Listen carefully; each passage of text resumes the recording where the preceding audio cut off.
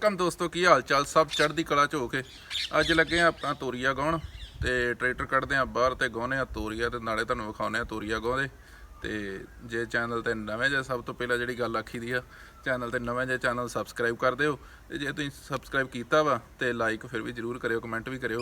तो हुण आपां कढ़ीए ट्रैक्टर बाहर तो गाइए तोरिया। तो चलो आ जाओ फिर।